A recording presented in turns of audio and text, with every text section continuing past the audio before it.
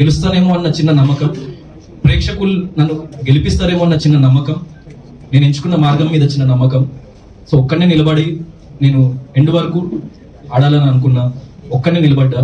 So ఎవరిని నేను disappoint చేయదలుచుకోలేదు. And నేను అలాంటి పర్సన్నే కాదు. అంటే డబ్బు మరొకటి ఎప్పుడైనా మనం సంపాదించుకోవచ్చు, కానీ ప్రేమని మనము చాలా అరుదుగా సంపాదించుకోగలుగుతాం. సో నేను దానికోసమే ప్రజలు నా మీద పెట్టుకున్న నమ్మకాన్ని నేను ఒమ్ము చేయొద్దని అనుకొని నేను గోల్డెన్ బ్రీఫ్ కేస్ తీసుకోలేదు. And I'm proud that I didn't take that and I'm happy. అంటే నువ్వు నిజంగా సెకండ్ వస్తావు తీసుకో అని నాకు డైరెక్ట్ గా చెప్పున్నా కూడా నేను తీసుకునేవాడిని కాదు. ఎందుకంటే ఓటమిని యాక్సెప్ట్ చేసే పర్సన్ నేను కాదు. నేను ఎండ్ వరకు పోరాడాలి అని అనుకునే వ్యక్తిని. ఇప్పుడు సీజన్ మధ్యలో వచ్చి వైల్డ్ కార్డ్ గా టఫ్ కాంపిటీషన్ ఇచ్చి రన్నర్ దాకా వచ్చారు కదా, ఒకవేళ సీజన్ స్టార్టింగ్ నుంచి ఉండడం నిఖిల్ అడ్వాంటేజ్ అంటారా? Yeah, might be. ఎందుకంటే 100%, ఎందుకంటే ఒక వైల్డ్ కార్డ్ గా వెళ్ళి టాప్ 2 లో లైక్ నాకు ఇంతకుముందు వేరే సీజన్స్ లో వచ్చారో లేదో తెలియదు. ఇంకా వచ్చారు ఎప్పుడైనా అట్లా టాప్ 2 లో ఎప్పుడు రాలేదు. So I'm very very happy. ఎందుకంటే యాజ్ ఎ వైల్డ్ కార్డ్ వెళ్ళి నేను టాప్ 2 లో వచ్చాను అన్నది సో చాలా అరుదుగా జరిగే situation. And what happens is అంటే ముందు నుంచి కొంచెం ఫ్యాన్ బేస్ కానీ లేకుంటే ఓటింగ్ బేస్ కానీ క్రియేట్ అయ్యి లైక్ ఒక చిన్న అడ్వాంటేజ్ అయితే 100% ఉంటుంది. కానీ నేను వాళ్ళందరినీ కూడా క్రాస్ చేసుకుని అక్కడ వరకు వెళ్ళా కాబట్టి I'm happy for that achievement. Last week nominations లో కొంత వాడుకోవడం అట్లాంటి పదాలు ఏమైనా నెగిటివ్ అయ్యాయి, బ్యాక్ ఫైర్ అయ్యాయని అనుకుంటున్నారా? అంటే లేదు, అంటే నేను నార్మల్ మీనింగ్ తో చెప్పింది కొంతమంది డబుల్ మీనింగ్ తో అర్థం చేసుకున్నారు. సో దానికి ఏమైంది అన్నది లైక్ నాకు ఇంకా తెలియదు. So what ever it is అంటే లైక్ మీకే తెలియాలి వాట్ హ్యాపెండ్ అవుట్ సైడ్ అన్నది. దానికి క్లారిఫికేషన్ కూడా నెక్స్ట్ డే ఇవ్వడం కూడా జరిగింది హౌస్ లో. సో ఐఎమ్ ఇంకా చేసుకోవాలి, ఇంకా నాకు తెలియదు ఏమేమి జరిగింది అన్న విషయాలు. ఒక చిన్న క్వశ్చన్ సార్, ఏ రిజల్ట్స్ అనౌన్స్ చేసినా ప్రతి మనిషి తన కంట్రోల్లో లేకుండా ఏం జరుగుతుందని ఉంటది. సో మీరు బిగ్ బాస్ స్టేజ్ పైన ఉన్నప్పుడు విన్నర్ రన్నర్ అనౌన్స్ చేసే టైంలో మీ ఇన్సైడ్ ఏం ఆలోచించారు, ఎలా ఉండేది, ఎలా ఉంది? ఇన్సైడ్ ఏం ఆలోచించలేదు. లైక్ నేను పడిన కష్టానికి ఫలితం దక్కితే బాగుంటుంది అని చెప్పేసి లైక్ మేనిఫెస్ట్ చేసుకుంటూ ఉండే, అది దేవుని ప్రార్థిస్తూ ఉండే. మా పేరెంట్స్ చాలా చిన్న స్థాయి నుంచి నన్ను ఇక్కడ వరకు తీసుకొచ్చి లైక్ చాలా కష్టపడ్డారు. సో వాళ్ళ కోసం నేను ఏదో ఒకటి ప్రూవ్ చేయాలి అని చెప్పేసి నేను నిరంతరం కృషి చేస్తున్నా లైఫ్ లో. సో వాళ్ళు ఎలా ఫీల్ అవుతారు, వాళ్ళు నేను గెలిస్తే హ్యాపీ అవుతారా లేకుంటే నేను ఓడిపోతే ఏమైనా బాధపడతారా అని ఒక అంటే కైండ్ ఆఫ్ క్లిష్ట పరిస్థితుల్లో ఉండే. But what ever it is నేను వాళ్ళ కోసం నిలబడతా, వాళ్ళు నా కోసం నిలబడతారు ఎప్పుడు లైఫ్ లో. ఎందుకంటే నేననే కాదు, ప్రతి వ్యక్తికి వాళ్ళ ఫ్యామిలీ అన్నది చాలా ఇంపార్టెంట్. అండ్ వాళ్ళు ఏమనుకుంటారు, వాళ్ళు ఎలా ఫీల్ అవుతారని నా మైండ్ లో రన్ అవుతుండే ఆ టైంలో. అంతే.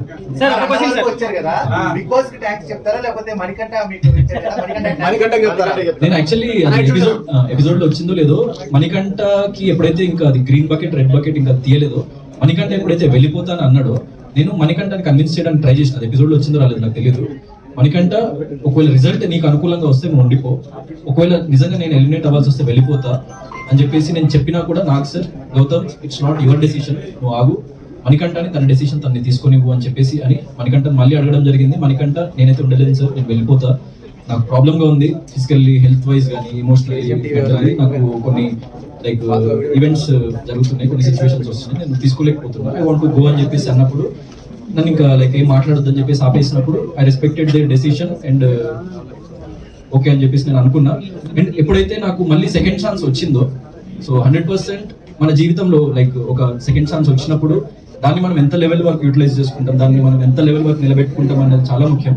సో అక్కడి నుంచి నేను ఇంకా బలంగా నిలబడాలి, నేను వైల్డ్ కార్డ్గా వచ్చిన అదొక డిసడ్వాంటేజ్ అని చెప్పేసి నన్ను నేను ఇంకా లిమిట్స్కి పుష్ చేసుకొని ఎక్కడ ఏం లో ఫీలింగ్ ఉన్నా కూడా మళ్ళీ నన్ను నేను పైకి లైక్ నిలబెట్టుకొని సో గేమ్ ఆడడం జరిగింది. అండ్ ముందు ఇలా నిలబడి ఒకవేళ మనకంటేనే మీరు ఎలిమినేషన్ అయి ఉంటే ఈరోజు టైటిల్ విన్నర్ ఎవరు అయి ఉండేవారు అంటే చెప్పలేము కదా. అంటే ఇప్పుడు it's life is like a butterfly effect. Bigg Boss house everything is like a butterfly effect. అంటే ఒక చిన్న సిచ్యువేషన్ కి ఇంకో సిచ్యువేషన్ ముడిపడి ఉంటది. సో అలా కాకుండా ఇలా జరుగుతుంటే ఏమై ఉండేది అన్నది అలా జరుగుతూనే మనకి తెలుస్తుంది తప్ప సో మనం దాన్ని గెస్ చేయలేము, ఊహించలేము. సార్ ఒక క్వశ్చన్ సార్, అంటే మీ మీద కొన్ని నెగిటివ్ కామెంట్స్ నేను నిన్నంత వరకు చెప్తున్నాను. పక్క వాళ్ళు ఎవరైతే హైలో బాగా ఆడుతున్నారో వాళ్ళని వాడుకొని కావాలని ట్రిగర్ చేసి గౌతమ్ గేమ్ అలా ఉంటుందనేసి కొన్ని కామెంట్స్ వస్తున్నాయి. లాస్ట్ సీజన్ లో శివాజీ గారిని టార్గెట్ చేశారు, ఈసారి మళ్ళీ నిఖిల్ ఎవరైతే టాప్ లో ఉన్నారో వాళ్ళని టార్గెట్ చేసి గౌతమ్ గేమ్ ఆడతాడు అక్క అక్క అనడం, కావాలని ట్రిగర్ చేయడం, ఇలాంటి కొన్ని ఆడే వాళ్ళని వాడుకోవాలి. ఇలా అంటే సీరియల్ గ్రూప్ ని టార్గెట్ చేశారు సోలో బాయ్ గాని, సీరియల్ గ్రూప్ ని టార్గెట్ చేశారు సోలో బాయ్ గాని. సో అంటే ఇప్పుడు సో సోలోగా ఆడడం మంచిదా గ్రూప్ ఆడడం మంచిదా నా ఉద్దేశంలో solo life so better. I choose the right path అని నాకు అనిపించింది. అండ్ ఎప్పుడైనా Bigg Boss is a competition. So మనకి ఎక్కడైతే తప్పు జరుగుతుంది అని అనిపించిందో అక్కడ మనం నిలబడి ప్రశ్నించాలి. సో అలా నాకు ఎక్కడైతే తప్పు అనిపించిందో ప్రశ్నించినా, ఎక్కడైతే తప్పు జరుగుతుంది అని అనిపించిందో, ఎందుకంటే అక్కడ చాలా సార్లు నా మీదకి కూడా వచ్చింది.